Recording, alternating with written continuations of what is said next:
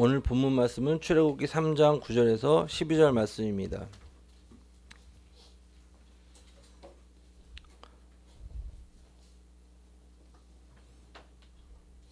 출애굽기 3장 9절에서 12절 말씀입니다. 다 같이 합독하도록 하겠습니다. 이제 가라라. 이스라엘 자손의 부르짖음이 내게 달하고 애굽 사람이 그들을 괴롭히는 학대도 내가 보았으니 이제 내가 너를 바로에게 보내어 나의 백성 이스라엘 자손을 애굽에서 인도하여 내게 하리라. 모세가 하나님께 아뢰되 내가 누구이기에 바로에게 가며 이스라엘 자손을 애굽에서 인도하여 내리이까. 하나님이 이르시되 내가 반드시 너와 함께 있으리라. 내가 그 백성을 애굽에서 인도하여 낸 후에 너희가 이 산에서 하나님을 섬기리니 이것이 내가 너를 보낸 증거니라. 아멘. 대화하는 하나님이라는 제목으로 강남 대교공장이신 송승주 목사님께서 말씀을 전해주시겠습니다. 목사님 나올 때 할렐루야로 환영해드리겠습니다. 할렐루야. 네, 이른 아침 우리 안수 집사님 뵙게 너무나 반가고 감사합니다.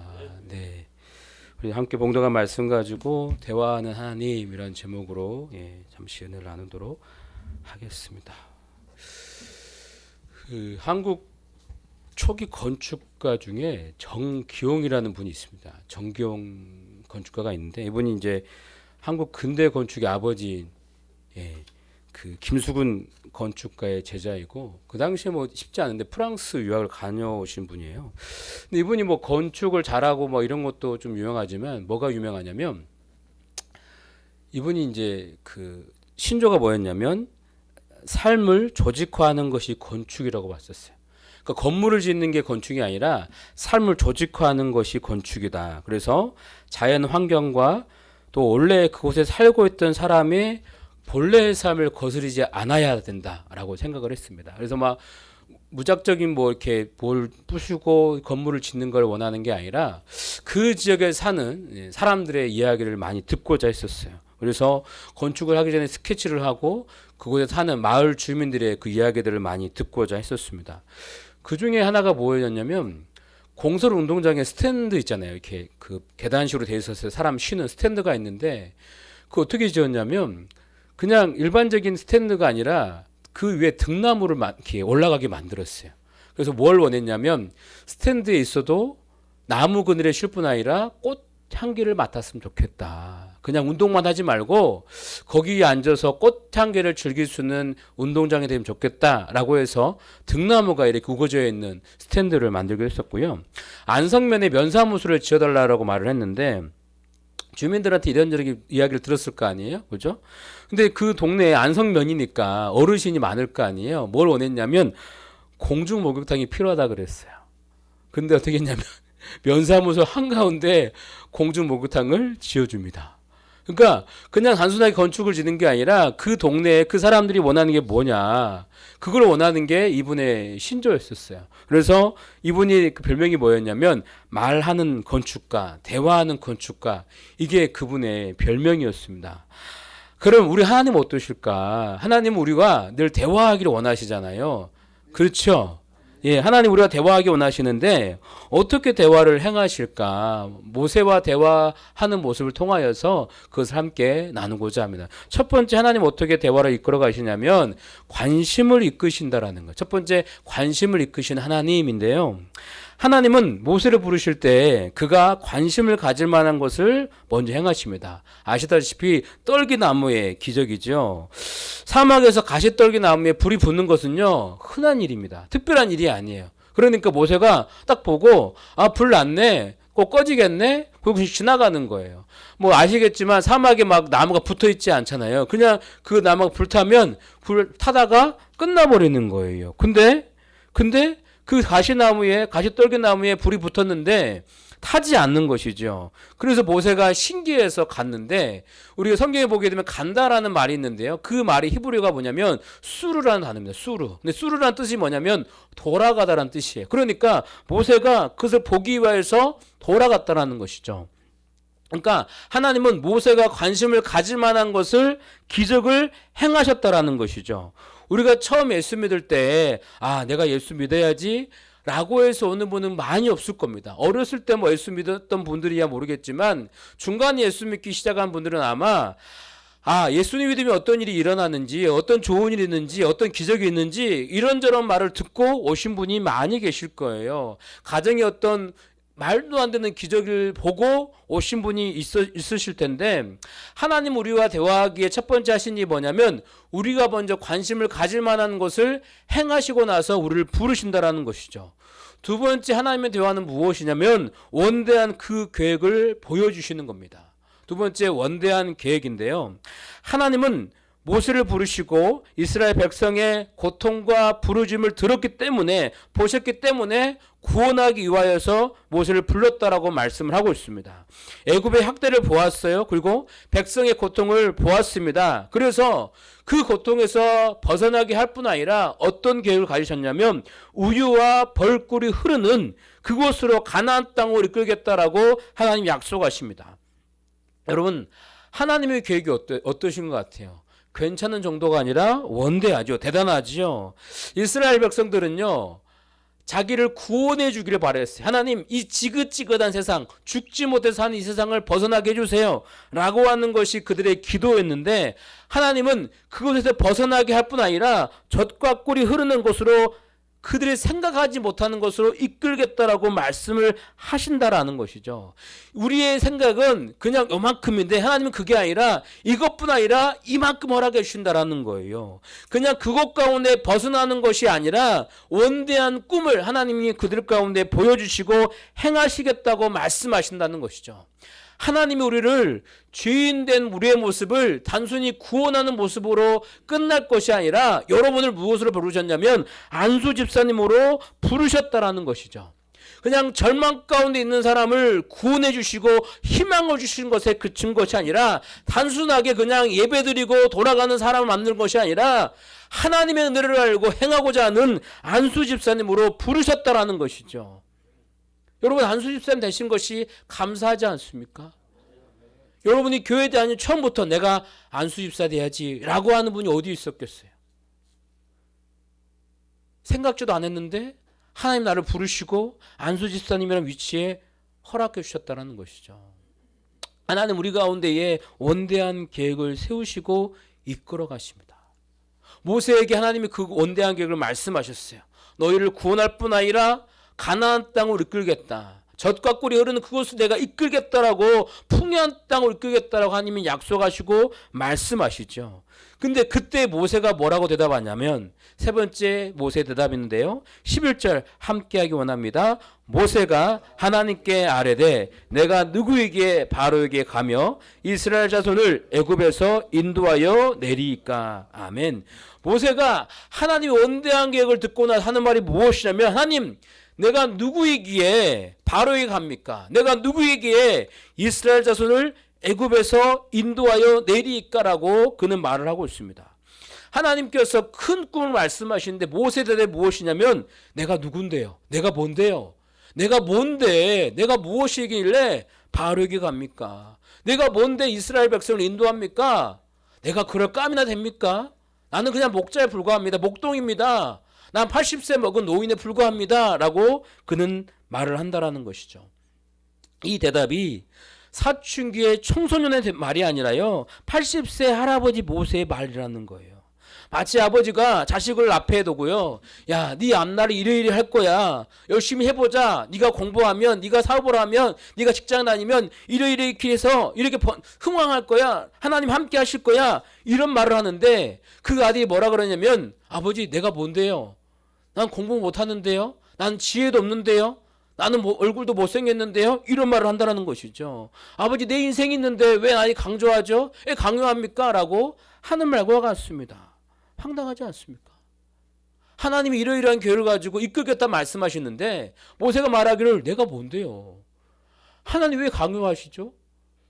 왜 나한테 이렇게 말하시죠? 내가 누구간데요? 라고 대답을 한다라는 것이죠. 만일 여러분이 아버지고 이 모세가 아들이라 한다라면 이런 말을 들었을 때 어떤 말 하시겠습니까? 여러분의 아들에게 자식에게 무슨 말을 하겠어요? 여러분 딸에게 뭔 말을 하겠어요? 보통 저 같으면 이렇게 말할 거예요. 너는 이런 사람이야. 네가 백성을 이끌 게 부족함이 없고 네가 40년 양 키웠잖아. 그동안 인내도 배웠잖아. 광야 가는 길도 네가 잘 알 거고 너 이러이러한 장점이 있으니까 충분히 잘할 수 있을 거야. 화이팅! 이렇게 하지 않을까요? 여러분 자녀에게 아마 그렇게 말할 거예요.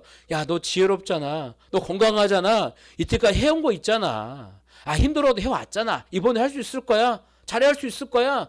라는 말을 할 것입니다. 근데 하나님이 뭐라고 말씀하셨냐면 12절에 이렇게 말씀하시죠. 함께 합니다. 하나님이 이르시되 내가 반드시 너와 함께 있으리라. 내가 그 백성을 애굽에서 인도하여 낸 후에 너희가 이 산에서 하나님을 섬기리니 이것이 내가 너를 보낸 증거니라. 아멘. 하나님의 대답은 우리가 그 일을 하기 전에 네가 잘할 수 있어. 네가 최적의 인도자야, 지도자야 라고 말씀하지 않습니다. 하나님의 대답은 무엇이냐면 내가 너와 함께 하겠다. 그것이 바로 하나님의 대답이라는 것이죠. 모세, 네가 어떠한 사람인가 중요한 게 아니야. 하나님이 함께 하는가 안 하는가 그게 중요한 거야 라고 하나님은 말씀하신다라는 것이죠. 여러분이 안수 집사로 믿음의 가장으로 주의를 감당한 자로 세움을 입었어요.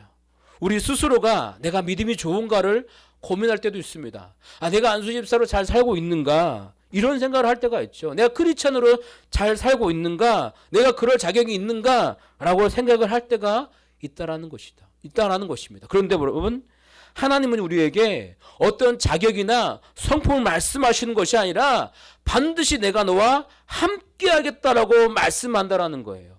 우리는 광야와 같은 세상을 살아갑니다. 쉽지 않겠죠. 더욱이 그 안에서 크리스천으로 살아가야 된다는 것이죠. 그냥 세상 사람이면 마음껏 할 수 있는 일도 우리가 크리스천이기 때문에 때로는 때로는 행함에 있어서 쉽지 않을 때가 있습니다. 부족함이 보일 때가 있죠. 근데 그때 하나님 하신 말씀이 뭐냐면 내가 반드시 너와 함께 하겠다라는 그 말이 하나님의 대답이라는 거예요. 그리고 예배하는 것이 바로 뭐냐? 하나님이 우리를 보내신 증거라고 우리에게 말씀을 하신다라는 것이죠. 안수 집사님, 이 이른 아침에 7시에 이 드리는 예배가 하나님 우리와 함께 하신다는 증거인 줄로 믿습니다.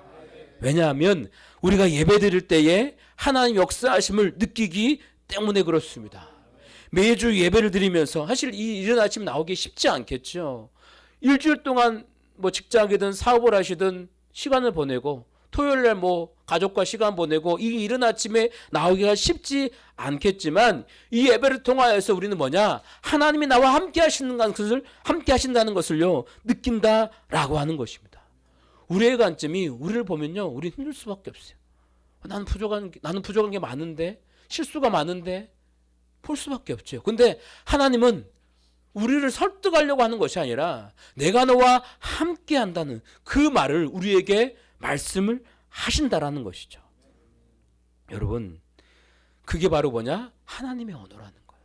하나님의 대화라는 거예요. 여러분 잘 생각해 보십시오. 아무리 모세가 광야길을 잘 안다고 해서요. 그 길을 간다 합시다. 근데 그가 홍해 길을 가를 수 있을까요? 모세가 광야를 잘 알아서 어디가 먹을 것이 있는지를 알아요. 근데 그 먹을 것을 알고 준비한다고 해서 그 수많은 이스라엘 백성에게 먹을 걸 줄 수 있을까요? 물을 줄 수 있을까요? 만일 모세가 그럴 수 있었단다면 성경에 있는 백성들의 불평이 나올 리가 없겠죠. 모세가 알아서 물을 있는 데로 데려가면 되니까요. 아무리 그가 적합한 자라 할지라도 광야를 잘 안다 할지라도 하나님이 함께하지 않으면 그들을 인도할 수가 없더라는 거예요. 우리도 마찬가지 않겠습니까? 내가 능력이 많아도 한치 앞을 예상할 수 있습니까? 한 주간 이렇게 살아야지를 수많은 계획이 있는데 그 계획 가운데에 딱딱딱 맞춰서 행할 것도 있지만 그러지 못하는 수많은 변수들이 많이 있습니다. 여러분 우리가 이 땅을 살아감에 있어서 또 교회의 안수집사로 살아감에 있어서 내 능력과 실력과 성품보다 하나님이 나와 함께 하시는가 그것이 더 중요하다라는 것이죠. 하나님과 대화하십시오. 하나님과 대화하십시오. 하나님과 대화할 때 하나님이 나에게 하시는 말이 무엇인지 내가 너와 반드시 함께 하겠다. 네가 예배드리는 그 자리가 그 예배가 나와 함께하는 순간순간이다. 내가 너와 함께하는 증거다라는 그 음성을 꼭 들으시기를 주 여러분 축원드리겠습니다. 여러분의 인생을 하나님 은혜로 가득 채우십시오. 하나님 은혜로 가득할 때 대화할 수 있는 것이죠. 만일 모세가 오늘 이 대화를 듣고 나서 하나님 무슨 말씀이세요? 하나님이 함께한 게 뭐가 중요해요? 내가 힘든데요. 라고 한다 그러면 어떻게 하시겠어요? 하나님 다른 말 하지 않을 거예요. 무슨 말이니? 내가 너와 함께한다니까? 내가 너와 함께한다는 무슨 말이 필요하니? 내가 너와 함께한다는데 더 이상 뭐가 필요하니라고 분명히 말씀을 하셨을 것입니다. 여러분, 하나님의 언어가 없으니 무슨 지극히 인간적인 생각을 하는 것이죠. 그러나 하나님의 언어가 있으면 이 순간에 아마 모세는 아멘 했을 거예요. 하나님의 언어가 그 안에 있었으면 내가 너와 함께 할게는 그 말에 아멘, 주님 나와 함께하여 주옵소서라고 분명히 대답했을 것입니다. 그러면 여러분, 이 땅을 살아감에 있어서 또 교회 와서 여러 가지 수고함에 있어서 다른 것 보지 마시고 하나님의 언어가 내 안에 있는지, 하나님이 나와 함께하는지, 주님께서 나와 붙들어 주시는지, 나와 함께하는지를 바라보시고 예배 드릴 때마다 내가 예배 드림으로 함께 하실 믿습니다. 이것이 증거가 될 줄 믿습니다라는 그 믿음으로 그 하나님 은으로 나아가시기를 주 여러분 축원드리겠습니다. 기도하겠습니다. 하나님 감사합니다. 우리를 붙들어 주시고 축복하심을 감사합니다. 예수 능력과 은혜가 넘쳐나게 도와주시고 늘 주와 더불어 나아갈 수 있도록 역사하여 주시옵소서. 주님, 우리 안수입사람들 매 순간순간마다 붙들어 주시옵시고 하나님의 언어로 가득하게 도와주셔서 우리 주님과 대화하게 부족함 없도록 하여 주시옵소서. 우리 모든 안수입사람들 이 아침 예배를 사모하게 도와주시고 이 아침에 나오기가 피곤하고 힘들지라도 하나님 중심을 지키고 나와 예배드릴 때마다 역사가 일어나게 하여 주시옵소서. 주님, 특별히 토요일에 우리 안수입사람들 야심차게 야외 기도를 준비했습니다. 하나님께서 모든 안수의 삶 함께 할 수 있도록 역사하여 주시옵시고 오고 가는 발걸음 붙잡아 주시옵시며 시간마다 은혜를 더하여 주셔서 기쁨과 즐거움 가득 안고 돌아올 수 있도록 하여 주시옵소서. 인생 가운데 정말 빼놓을 수 없는 귀한 추억거리를 안고 돌아올 수 있도록 지켜주시고 보호하시고 함께하여 주시옵소서. 주님께서 우리 안수에서 행하는 모든 것 가운데 주관하여 주시옵시고 물질의 복을 더하여 주시사 어려먹게 도와 주시옵시며 마음껏 주를 감당케 하여 주옵소서. 영혼 육간에 강건하게 도와주셔서 온 집안에 평안하게 도와주셔서 늘 주께 감사하고 나아가는 복의 역사가 일어나게 도와 주시옵소서. 하나님, 혹여나 멀리 떨어져 있고 연락이 안 된 자녀가 있다 할지라도 주님 지켜주시고 보호하여 주셔서 늘 주의 평안함 가운데에 있게 하여 주시옵소서. 늘 주님께 쓰임받고 하나님 언어로 가득한 우리 안수쌤 다 될 수 있도록 역사하여 주시옵소서. 지금은 우리 주 예수 그리스도 은혜와 하나님의 극진하신 사랑하심과 성령님의 감동되는 충만케 하심이 안수입사의 7시에 나와 함께 예배하며 믿음으로 나아가며 하나님으로 충만하기를 간구하는 귀한 우리 안수입산 위에와 가정과 직장과 사업장에 특별히 자녀 위에 영원히 함께 하시를 간절히 축원하옵나이다. 아멘.